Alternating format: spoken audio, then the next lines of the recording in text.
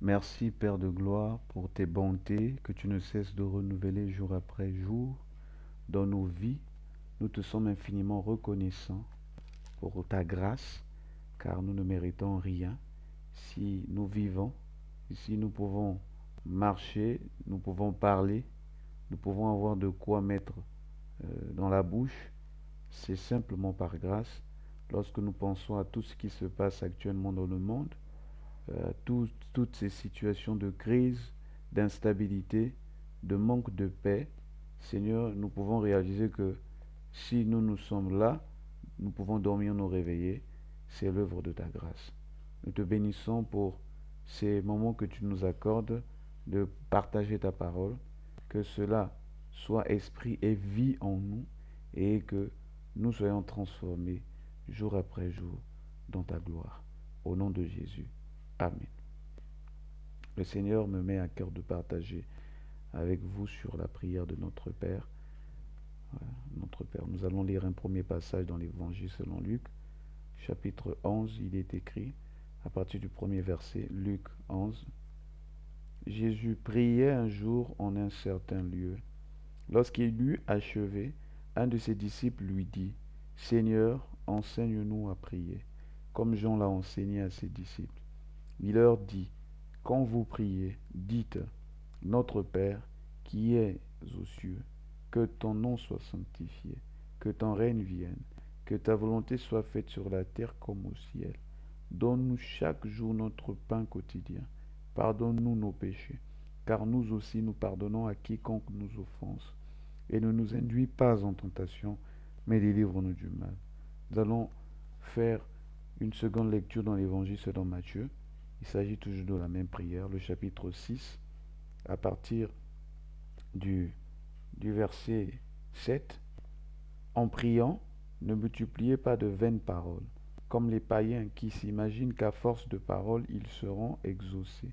Ne leur ressemblez pas, car votre Père sait de quoi vous avez besoin, avant que vous le lui demandiez.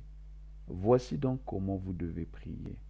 Notre Père qui es aux cieux, que ton nom soit sanctifié, que ton règne vienne, que ta volonté soit faite sur la terre comme au ciel. Donne-nous aujourd'hui notre pain quotidien. Pardonne-nous nos offenses, comme nous aussi nous pardonnons à ceux qui nous ont offensés. Ne nous induis pas en tentation, mais délivre-nous du mal. Car c'est à toi qu'appartiennent, dans tous les siècles, le règne, la puissance, la gloire. Amen. Donc, c'est la prière que le Seigneur apprend aux disciples. Les disciples se sont interrogés sur comment il fallait prier. Ici, ce n'est pas que les disciples ne savaient pas comment aligner des phrases, comment trouver des mots, comment parler. Mais c'était un désir profond des disciples d'apprendre à prier en étant dans la volonté de Dieu. En quelque sorte, c'était pour prier dans la direction du Seigneur. Quelle est la prière que Dieu exauce? Comment il faut prier? C'est très important de savoir comment il faut prier. Comment nous devons nous approcher du Seigneur? Dans quelle attitude, dans quel esprit? Quelles sont les pensées qui doivent remplir nos cœurs? Et si le Seigneur apprend aux disciples à prier, c'est parce que c'est important. Je ne veux pas rentrer dans les détails des vertus de la puissance de la prière. Ce n'est pas l'objet de cet enseignement, mais c'est de vous partager la compréhension que j'ai de la prière de notre Père. Est-ce que Jésus leur apprend cette prière comme étant une formule qu'ils doivent réciter 10 fois chaque matin avant de sortir, 50 fois? Est-ce qu'il y a tout un enseignement sur ce que doit contenir nos prières dans cette prière que le Seigneur est en train de dire? Mais nous avons lu tout à l'heure dans Luc qu'il est dit, voici ce que vous devez dire, dites. Donc est-ce que c'est de manière littérale qu'on doit, qu'on doit dire cette prière à Dieu ou la pensée, l'esprit de la prière doit avoir pour contenu ce qui est cité dans ce passage-là.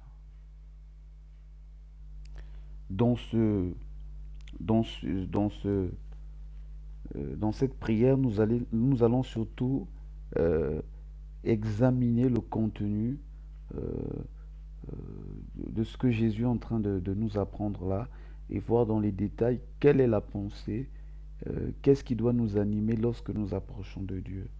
Et voilà.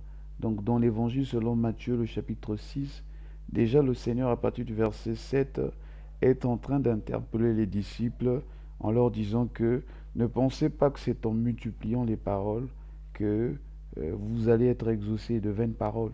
Et beaucoup de personnes pensent que je ne peux avoir l'exaucement que lorsque je prie pendant 30 minutes, 1 heure, voire 2 heures.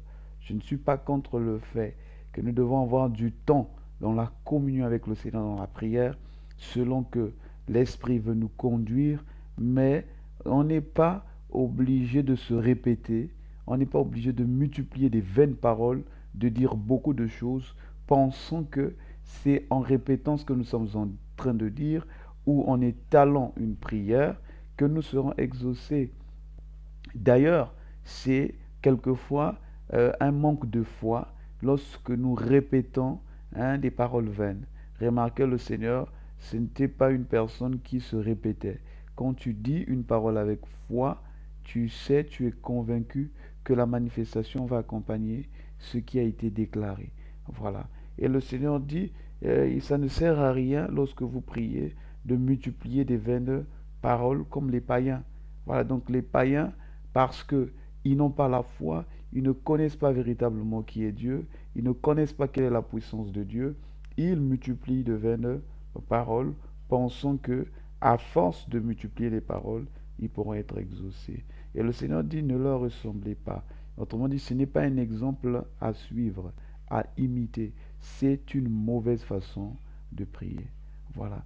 Et si vous lisez les versets un peu plus haut, il va dire, les pharisiens avaient tendance de prier dans les coins de rue pour attirer les regards, ainsi de suite.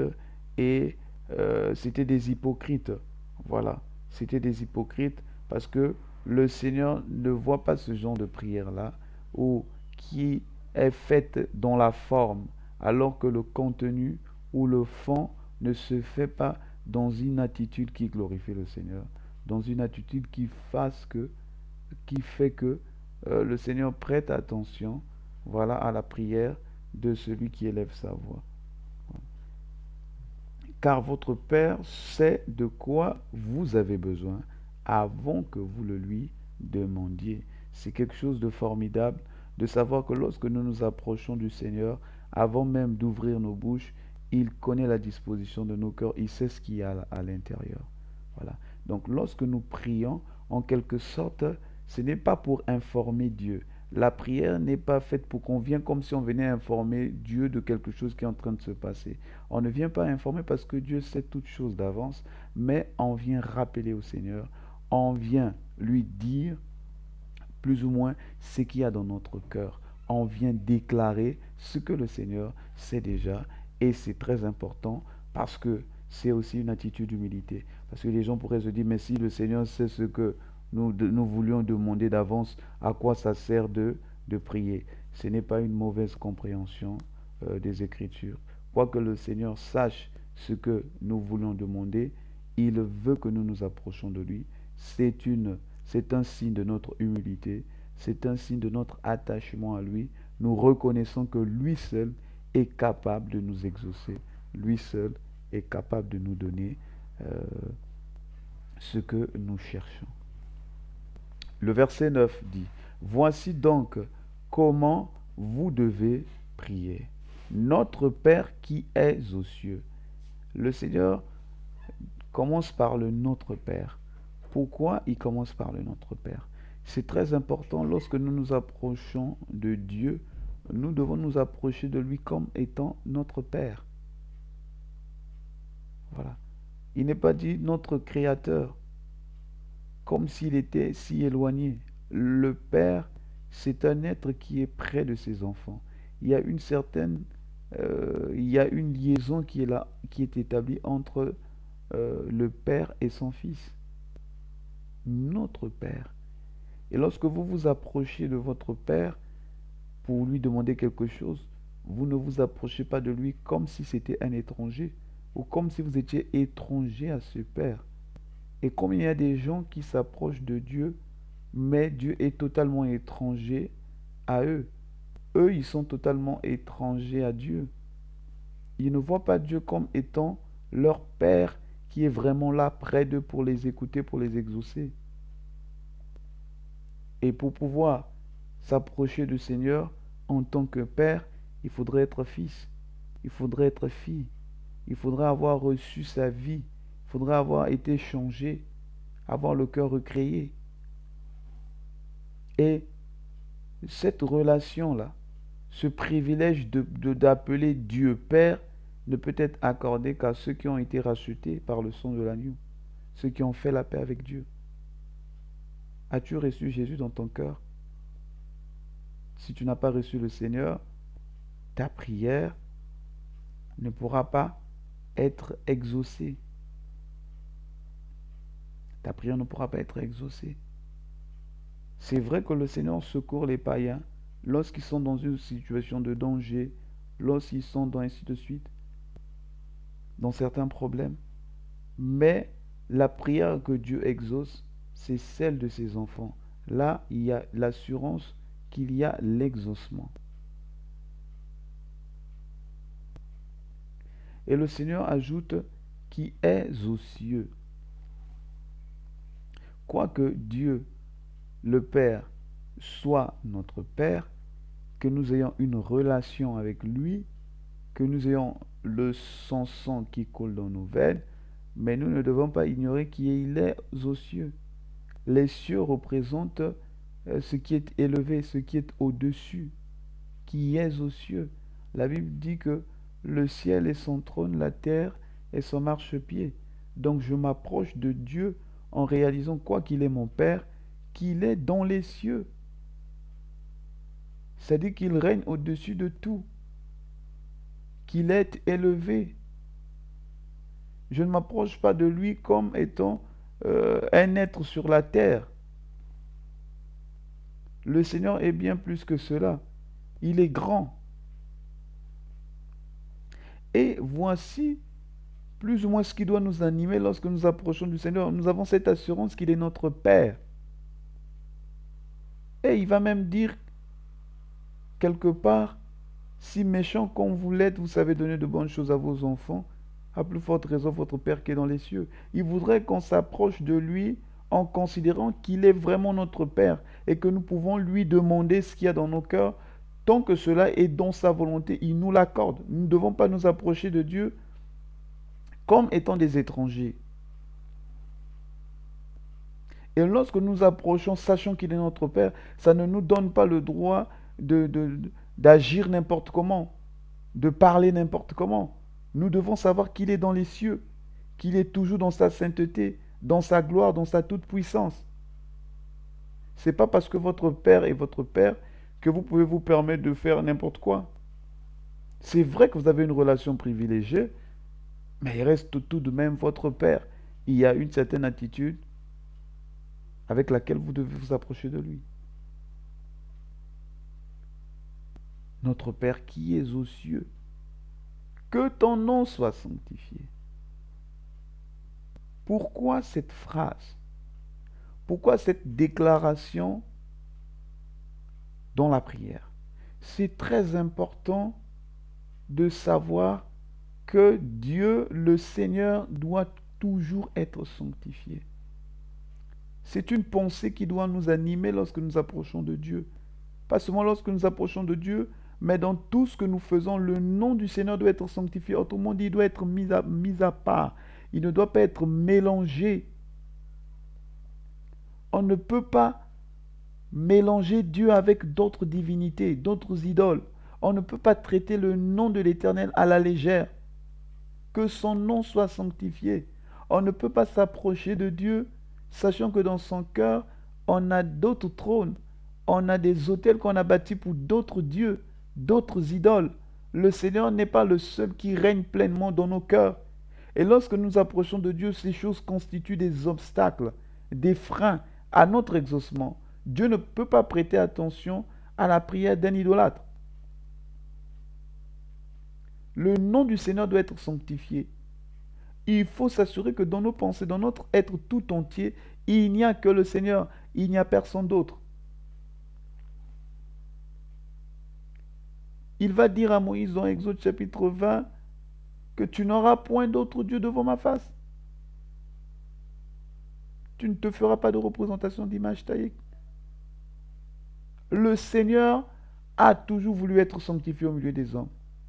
Il est saint et il ne peut être mélangé avec quoi que ce soit. Sa sainteté fait en sorte qu'il soit mis à part, de côté. Il est exclusif. Il est tout, rien d'autre.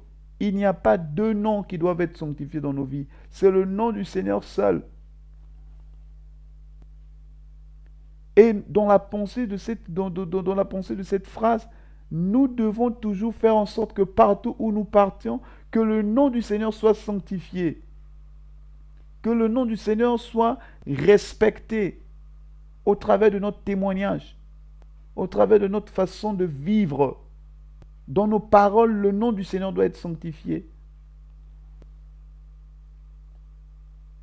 Au travers de notre corps, au travers de notre habillement, de notre être tout entier, le nom du Seigneur doit être sanctifié. Que ton règne vienne. Ça doit être la prière de tous les enfants de Dieu. Lorsqu'on comprend que le règne du Seigneur doit venir s'établir parfaitement au milieu de nous, c'est quelque chose qui doit animer nos cœurs. Ça doit être un désir. Est-ce que vraiment nous désirons que le règne du Seigneur vienne? Qu'il vienne où? Qu'il vienne au milieu des animaux? Non, au milieu des hommes. Que ton règne vienne parmi nous. Que ton règne se manifeste. Seigneur, que ton règne vienne dans ma vie. Y a-t-il des domaines de ma vie dans lesquels tu ne règnes pas encore? Y a-t-il des endroits où je dis non, ça c'est moi qui règne, ce n'est pas Dieu qui règne, personne d'autre ne peut régner ici si ce n'est que moi? Le désir de tout enfant de Dieu, de chaque enfant de Dieu, c'est de dire Seigneur, viens régner, viens contrôler, viens diriger toute ma vie. Et s'il y a encore des endroits, quelque part dans ma vie où tu ne règnes pas encore, je t'en prie, viens régner. Voici comment nous devons prier. Quelle est la pensée qui doit nous animer lorsque nous approchons? Reconnaître Dieu comme étant notre Père. Nous approcher avec confiance. Lorsqu'on s'approche de son Père, on ne s'approche pas comme étant un étranger. On s'approche avec confiance. Mais ne pas ignorer qu'il est quand même dans les cieux. Ne pas ignorer qu'il est élevé. Quoi qu'il soit notre Père. Nous devons toujours savoir que le nom du Seigneur doit être sanctifié. Dans nos pensées, dans nos cœurs, dans tout ce que nous faisons, le nom du Seigneur doit être sanctifié. On ne peut pas mélanger Dieu avec des idoles. Comme il y a des gens qui ont des idoles dans leur cœur. Et ici, l'idolâtrie, ce n'est pas aujourd'hui un morceau de bois forcément ou de pierre. Ça peut être des personnes que tu adules, peut-être des stars de ce monde. Ça peut être ta beauté, ça peut être une idole. Il y a des gens qui sont tellement attachés à leur beauté, c'est comme un trésor, une richesse. Ça constitue son idole. D'autres personnes, ce sont les vêtements, s'habiller, ça peut être une idole. L'argent, ça peut être une idole. Et le Seigneur dit que nous devons le sanctifier. Il n'y a pas autre chose qui puisse prendre la place dans nos cœurs que lui seul.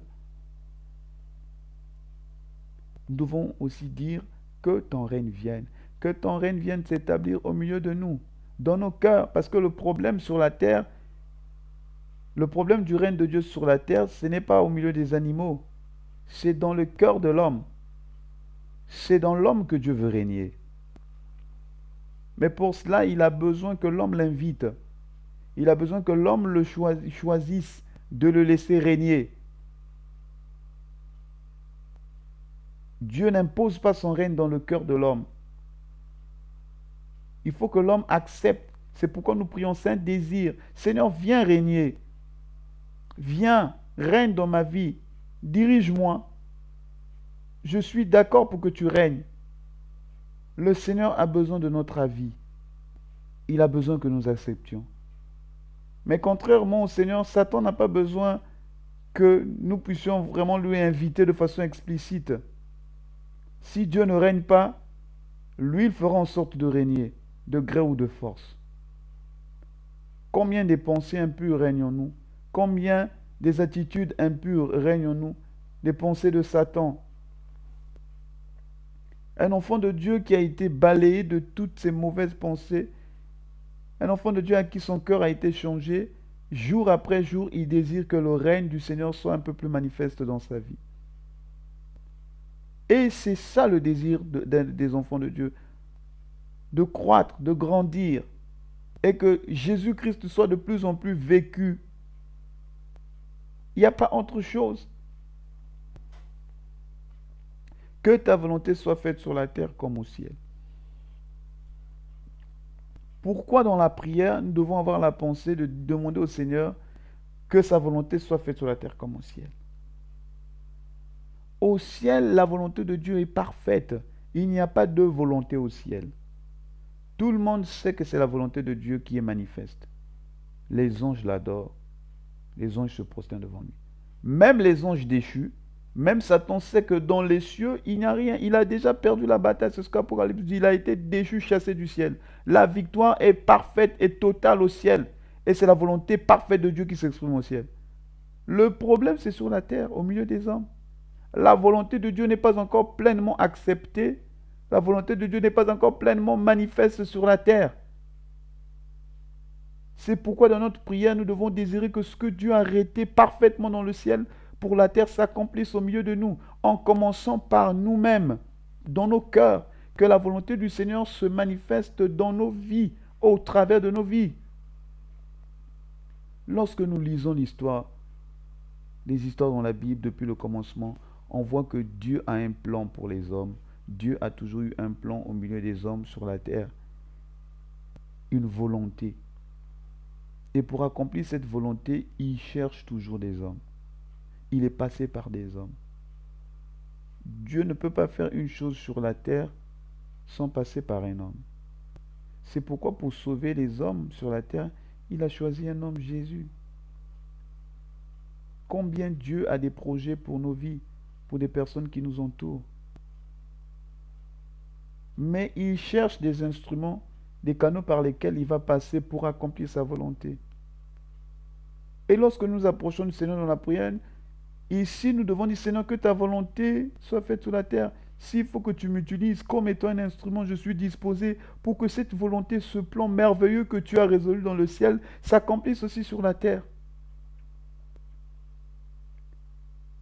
Et ça doit animer nos pensées, nos cœurs plutôt.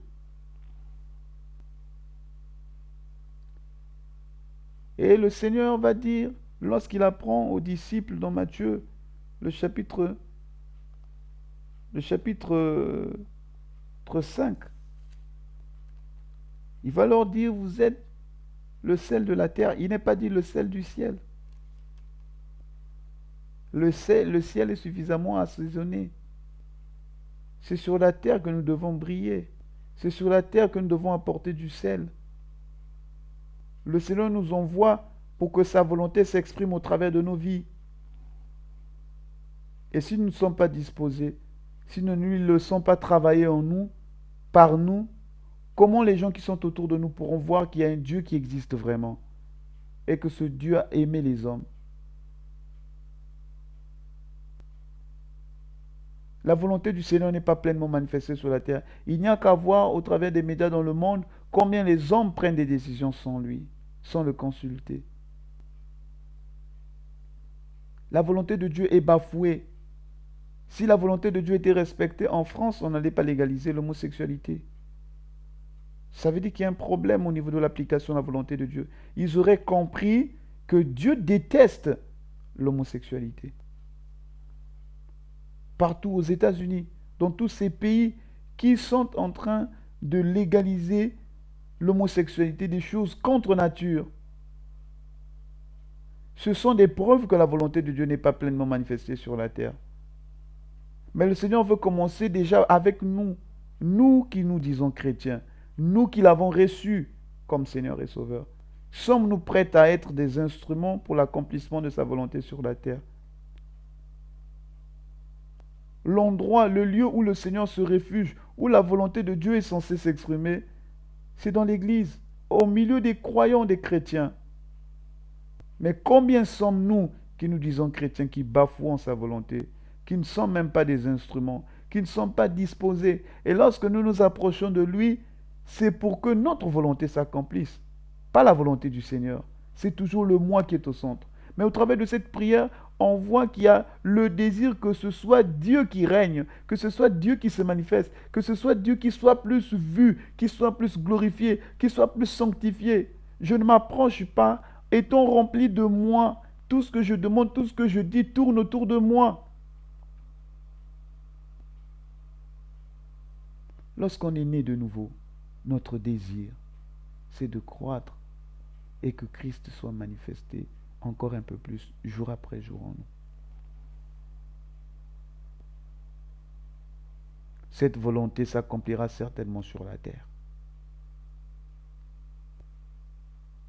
Quoique les hommes résistent encore aujourd'hui, mais viendra un temps où le Seigneur va balayer la terre, cette terre que nous voyons, pour établir pleinement son règne. Et lorsque le Seigneur parle de sa volonté sur la terre, ce n'est pas comme certaines personnes le conçoivent aujourd'hui. Lorsque le Seigneur parle du règne ici sur la terre, ce n'est pas comme aujourd'hui on l'enseigne dans certaines églises. Ce n'est pas dans la possession des biens matériels, ce n'est pas dans la possession des nombres de voitures, des maisons, ce n'est pas dans la possession des costumes, des choses. Non, la volonté du Seigneur, c'est d'abord dans le cœur de l'homme, dans son caractère. Ce n'est pas qu'on te voit avec beaucoup d'argent ou je ne sais pas quoi. Ce sont les païens qui trouvent leur gloire dans ces choses-là. Nous, en tant qu'enfants de Dieu, nous devons rechercher la volonté de Dieu déjà dans le caractère, dans notre façon de vivre, dans le témoignage. La lumière est manifestée lorsque nous manifestons le caractère de Christ. C'est ce que le monde n'a pas. Le fait que tu aies une voiture ne te distingue pas tant du païen. Mais si là où on t'injurie, on t'insulte, on te calomnie, tu manifestes de l'amour et de la patience, là tu manifestes ce que le monde ne manifeste pas. Et c'est à cela que le Seigneur nous appelle. C'est dans cela qu'on pourrait dire que Christ règne vraiment dans la vie de cette personne. Je ne suis pas contre le fait que le Seigneur puisse bénir matériellement, mais ce n'est pas ce qui nous distingue, ce n'est pas ce qui nous caractérise comme étant des enfants de Dieu, c'est un faux évangile. Ce n'est pas dans notre possession de l'or et de l'argent que nous nous distinguons des païens, c'est faux, mais c'est dans le caractère de Christ, c'est dans l'amour, dans la sanctification, dans la patience, dans la foi, dans la justice, dans l'intégrité. C'est dans cela que nous nous distinguons des païens, des hommes du monde. Et notre prière doit être là. Seigneur, soigne mon caractère, change-moi. Je veux briller à ta manière, pas briller comme le monde brille, mais briller comme toi tu as brillé sur la terre. Remarquez Jésus sur la terre. La Bible dit l'or et l'argent lui appartient. Tout puissant, mais regardez en quoi il s'est caractérisé. En quoi il s'est distingué d'Hérode, de Pilate, de tous ces puissants de l'époque. Il s'est distingué dans son caractère, dans son témoignage, dans sa façon de vivre, dans ses paroles, dans sa douceur, dans son amour. Mais aujourd'hui, nous voulons nous distinguer par rapport à quoi? Nous voulons nous distinguer en étant le premier, je sais pas, de l'école, dans la promotion au travail. Les gens se battent pour être performants, pour qu'on les acclame, pour être les premiers, je sais pas. Donc, et nous on fait, je ne suis pas contre le fait que si on peut donner le meilleur de nous dans le boulot, ou je ne sais pas quoi, il faut le faire. Mais comme étant quelque chose qui anime nos pensées, pour qu'on voit, je suis le premier, le premier. Toujours chercher à être le premier au milieu des hommes, dans des choses qui passent, dans lesquelles les païens aussi se battent. Le désir de nos cœurs doivent être de manifester le caractère de Christ. Seigneur, règne et sois manifeste dans ma vie, au travers de ma vie. Donne-nous aujourd'hui notre pain quotidien. Le Seigneur ne dit pas que nous devons dire donne-nous notre pain d'une semaine ou d'un mois. Il y a une réalité que nous devons comprendre dans la marche chrétienne, c'est que le Seigneur nous donne toujours le pain quotidien. Jour après jour, c'est-à-dire nous devons apprendre à compter sur Dieu. Nous devons être dépendants de Dieu pour la nourriture quotidienne. C'est encore là une preuve de foi qui montre que nous comptons sur lui. Et lorsque le Seigneur parle du pain ici, le pain veut simplement dire la nourriture dans laquelle nous tirons notre subsistance. C'est le minimum qu'il faut pour que tu subsistes, pour que tu tiennes. C'est ça le pain. Le pain, c'est ce qui est nécessaire pour que tu passes la journée. Et lorsque nous nous approchons de Dieu, nous devons demander ce qui est nécessaire, ce qui est utile, la chose dans laquelle nous tirons notre subsistance, ce qui nous donne, Seigneur, de tenir. Nous ne devons pas être animés des pensées de convoitise. Nous approcher de Dieu et demander au-delà de ce qui est nécessaire. Si le Seigneur veut nous donner plus, gloire à lui. Mais ce n'est pas ce qui remplit nos cœurs parce que j'ai vu un tel avec telle chose. Je viens dans ces dispositions de convoitise demander au Seigneur. Donne-nous aujourd'hui notre pain quotidien. Chaque jour, nous devons compter sur le Seigneur. Et ici, le Seigneur veut aussi attirer l'attention à ceux qui aiment faire les provisions, à ceux qui aiment amasser des richesses, mettre de côté par la peur du lendemain, parce qu'ils ne veulent pas manquer demain. Ils vont tout faire pour mettre de côté. C'est une preuve de leur incrédulité, de leur manque de foi. Je ne suis pas en train de dire que si vous avez reçu quelque chose, vous avez de l'argent qu'il faut tout dilapider en un jour. Mais c'est d'apprendre que même lorsque vous épargnez, vous mettez de côté, c'est être disposé. Parce qu'un frère, une situation peut se présenter et si vous pouvez aider, il faut aider. Il y a des gens, même quand ils voient qu'il y a une situation critique, on a besoin de leur aide, ils peuvent bien intervenir. Moi, l'argent que j'ai gardé là, je ne peux pas toucher, j'ai des projets dessus. La marche chrétienne, la vie chrétienne est une marche par la foi. La Bible dit le juste vivra par sa foi. C'est triste de constater qu'aujourd'hui, les hommes vivent plus par la vue que par la foi. L'homme a de plus en plus du mal à compter sur le Seigneur pour son lendemain. On veut amasser des richesses sur la terre. On ne fait qu'amasser des richesses sur la terre. Alors qu'on voit des gens autour de nous qui souffrent, qui ont besoin que nous puissions les aider d'une certaine manière. Le Seigneur veut que ceux qui croient, ceux qui l'ont accepté, demandent leur pain quotidien. Jour après jour, nous devons compter sur le Seigneur. Parce que vous savez, l'homme, quand il a déjà... Imaginez par exemple, vous avez la nourriture d'une semaine ou de 2 semaines que vous avez mis dans votre réfrigérateur. Je ne suis pas en train de dire qu'il ne faut pas stocker de la nourriture dans le réfrigérateur. Ce n'est pas ce que je dis. Mais je vous donne un exemple pour vous montrer que si quelqu'un, par exemple, a de la nourriture dans son réfrigérateur pour 2 semaines, est-ce qu'il va encore prier pour la nourriture là? Pour dire, Seigneur, donne-moi la nourriture de 2 semaines. Non, il a déjà.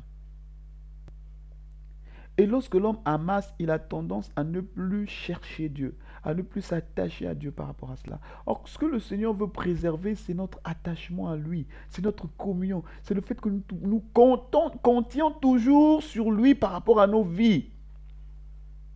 C'est que nous soyons dépendants de lui. Regardez Israël dans le désert. Ils ont mangé la manne pendant 40 ans. Tous les jours, la manne tombait. À votre avis, pourquoi Dieu ne faisait pas tomber la manne pour une semaine? Pourquoi tous les matins, tous les jours?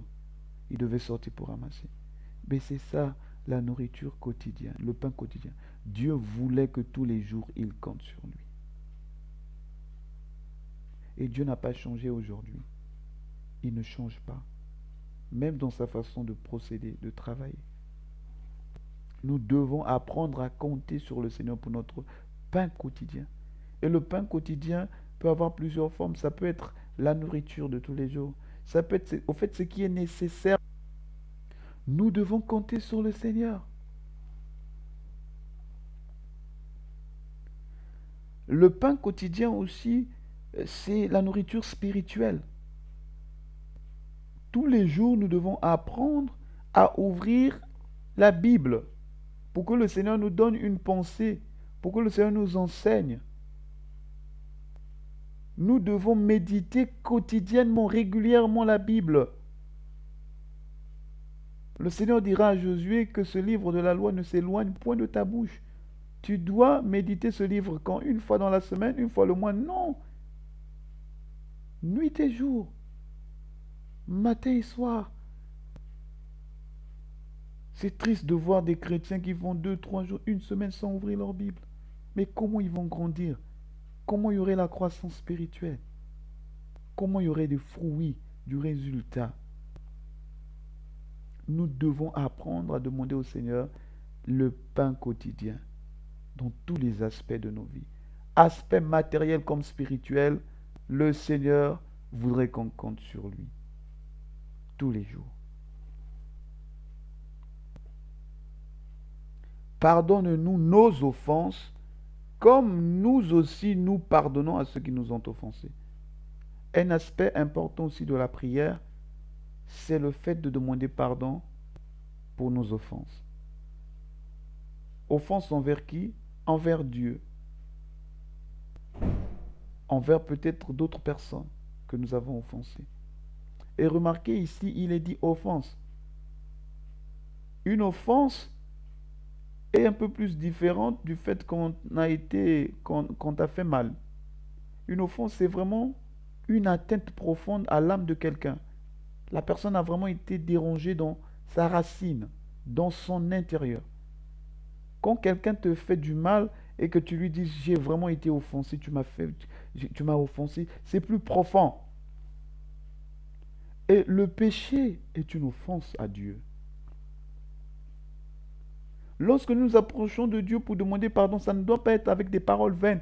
Nous ne demandons pas pardon avec une certaine légèreté. Combien de personnes disent pardon comme une sorte de formule? Ils ne réalisent pas que Dieu en a été offensé. Dieu a été offensé par notre attitude, par notre mauvaise façon de vivre, par notre manque de vigilance.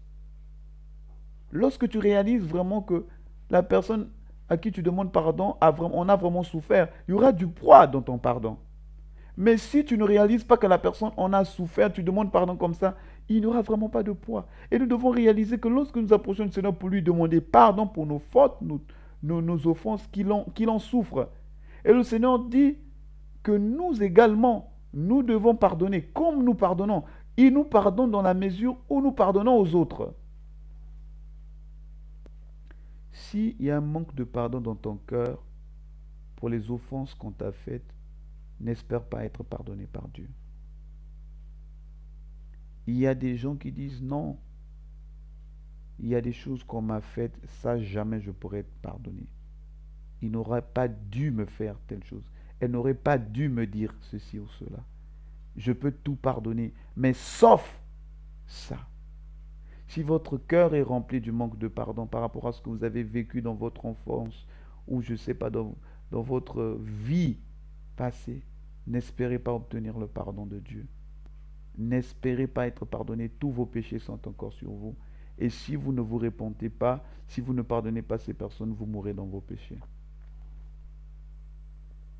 La même manière que tu souffres par rapport aux offenses qu'on a eu à te faire, c'est de la même manière que le Seigneur a souffert par rapport à tes offenses. Peut-être même plus. Toi encore, tu as été offensé, mais tu n'es pas parfait. Combien nous avons eu à offenser des gens? Combien peut-être tu as eu à offenser des personnes sans rester avec des blessures que toi tu leur as causées? Nous ne sommes pas toujours des victimes. Nous aussi, parfois, nous avons offensé des personnes.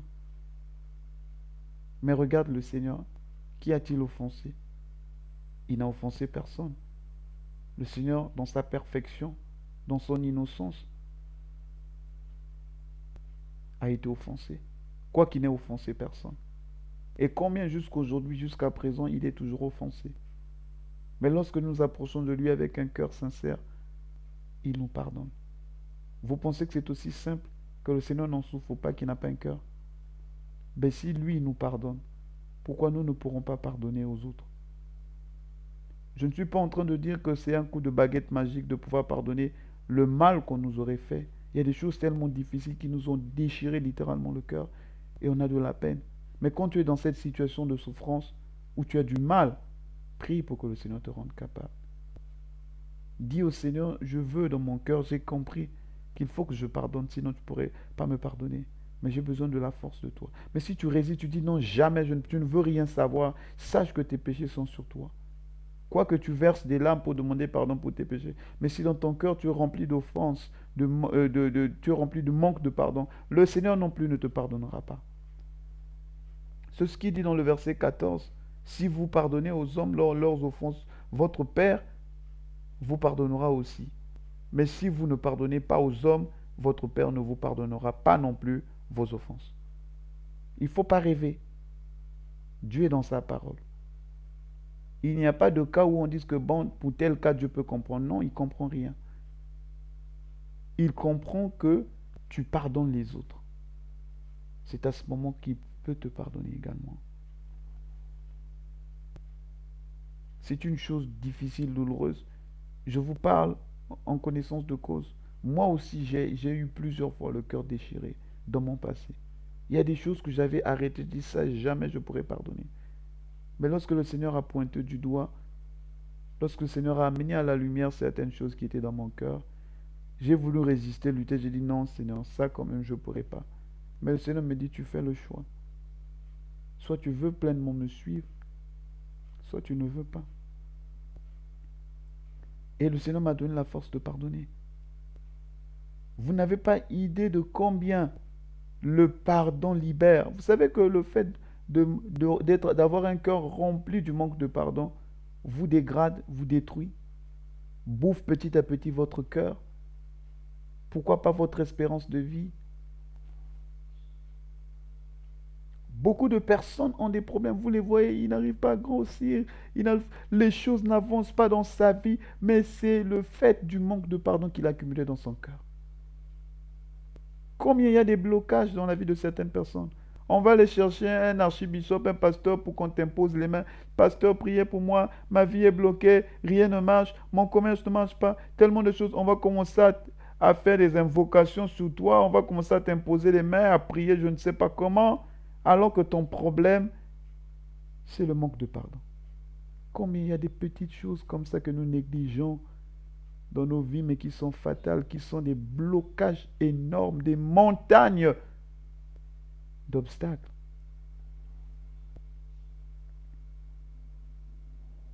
Et c'est ce que le Seigneur veut nous apprendre aussi dans cette prière.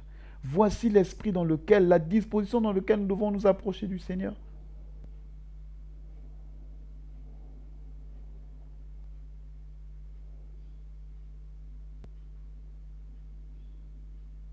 S'il y a des personnes qui t'ont offensé, tu dois pardonner à ces personnes. Et de même, si tu as eu à offenser des gens, tu dois te rapprocher de ces personnes pour leur demander de pardon. Si tu te souviens, si le Seigneur fait monter dans ton cœur qu'il y a des gens à qui tu as offensé jusqu'à présent, tu sais que telle personne est fâchée contre toi parce que tu as fait telle situation, va demander pardon à cette personne. Même si la situation, la scène s'est passée il y a 10 ans, 15 ans. Cherche à être en paix avec Dieu et avec ces personnes. Va demander pardon. Tu as son contact sur Facebook, tu as son numéro de téléphone. Tu peux joindre cette personne d'une certaine manière. Va demander pardon à cette personne. C'est très important. Il y a une puissance de libération dans le fait qu'on demande pardon et qu'on pardonne. Ne raisonne pas pour dire non, c'est passé, c'est pas grave, c'est faux. C'est l'œuvre de Satan de te faire croire que c'est passé. C'est l'œuvre de Satan de vouloir te garder, te maintenir parce qu'il se plaît que tu sois dans une situation de blocage. Mais Dieu veut que tu sois libéré totalement. Et s'il y a des choses qui te bloquent, qui pourraient te ralentir, n'hésite pas à en être affranchi. Certaines délivrances, Dieu les donne entre nos mains. Il dit ta délivrance t'appartient. Tout dépendra de toi, du choix que tu feras. Il y a certaines délivrances, ce n'est pas parce qu'on va t'imposer les mains, ce n'est pas parce qu'un homme va prier. Non, il faudrait que toi-même tu entres dans cette... C'est que tu prennes ta délivrance en main.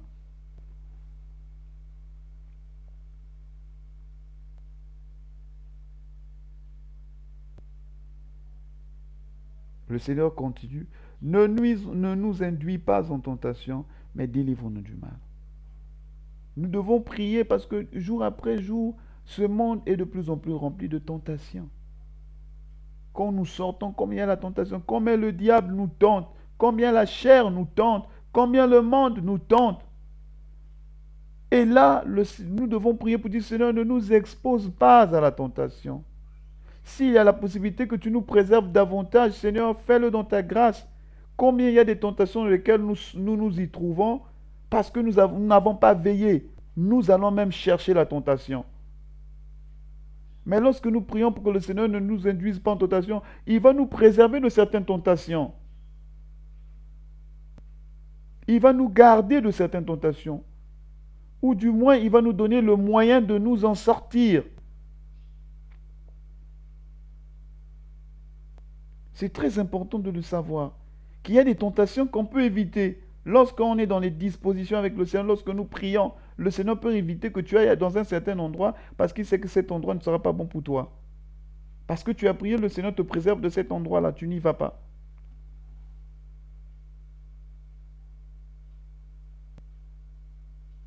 Mais délivre-nous du mal. Délivre-nous du mal parce que le mal est une chose qui nous détruit. Le mal est une chose qui nous dégrade. Le mal est une chose qui nous éloigne de Dieu. Seigneur, délivre-nous du mal. Délivre-nous des mauvaises pensées. Délivre-nous des mauvais désirs. Délivre-nous des pièges que Satan a tendus, Seigneur. Délivre-nous des liens, des chaînes encore qui veulent résister dans nos vies. Délivre-nous, Seigneur. Nous voulons être libres, pleinement libres, et vivre ta vie, Seigneur, la vie que tu nous accordes.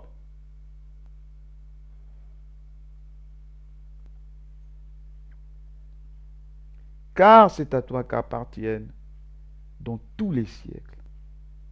C'est à toi qu'appartiennent dans tous les siècles. Pas aujourd'hui, pas hier, pas demain seulement, dans tous les siècles. Le règne, la puissance et la gloire. Les hommes de ce monde ne règnent pas dans tous les siècles. Le pharaon a eu un temps où il a régné. Nabucodonosor, Napoléon, Hitler, ils ne règnent pas dans tous les siècles. Mais à qui appartient le règne dans tous les siècles? Seul à Dieu. Et nous devons le déclarer, le confesser dans la prière. Car c'est à toi qu'appartient. Oui, Seigneur, je le reconnais. Hier, tu as régné. Aujourd'hui, tu règnes. Demain, tu régneras. Non seulement tu règnes, mais la puissance t'appartient également. L'autorité sur tout t'appartient, Seigneur. Je le reconnais, je le réalise. La gloire est ton partage. L'élévation, la sainteté, la force, la grandeur, la majesté. Seigneur, c'est à toi qu'appartiennent toutes ces choses.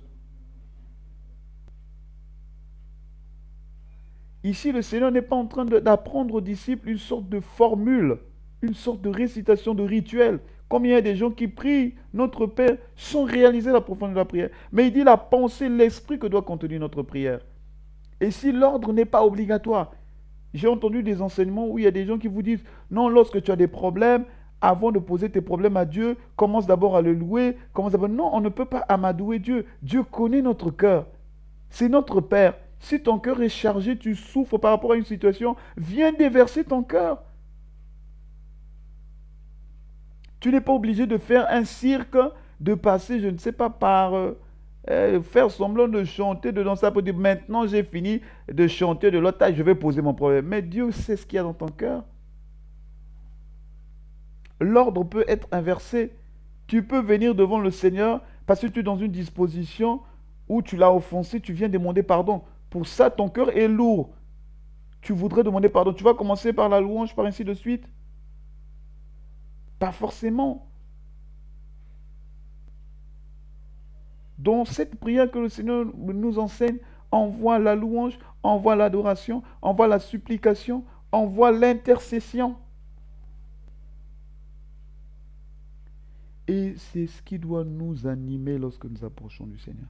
C'est pourquoi les disciples ont demandé, Seigneur, enseigne-nous. Il y a un enseignement. Parce que si on veut vraiment être exaucé, si on veut prier dans la volonté du Seigneur pour avoir exaucement, il faut savoir comment le faire. Combien de personnes prient jour après jour, année après année, ils n'ont pas d'exaucement, simplement parce qu'ils ne prient pas dans la volonté du Seigneur, comme il convient de prier. Et j'espère que dans la grâce du Seigneur, nous avons appris d'une certaine manière ce que le Seigneur veut nous enseigner, ce que le Seigneur veut nous apprendre sur la manière dont il faut prier.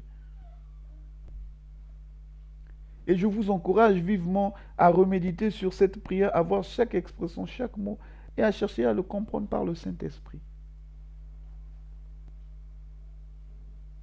Nous allons prier. Merci Seigneur pour ta grâce, pour cet enseignement, pour ta parole qui est pleine de vie, Seigneur.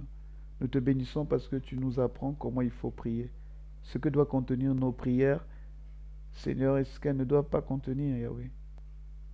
Des prières qui sont centrées sur nous, des prières qui ne sont pas faites dans une attitude des gens qui veulent croître, grandir, que ton règne soit manifesté.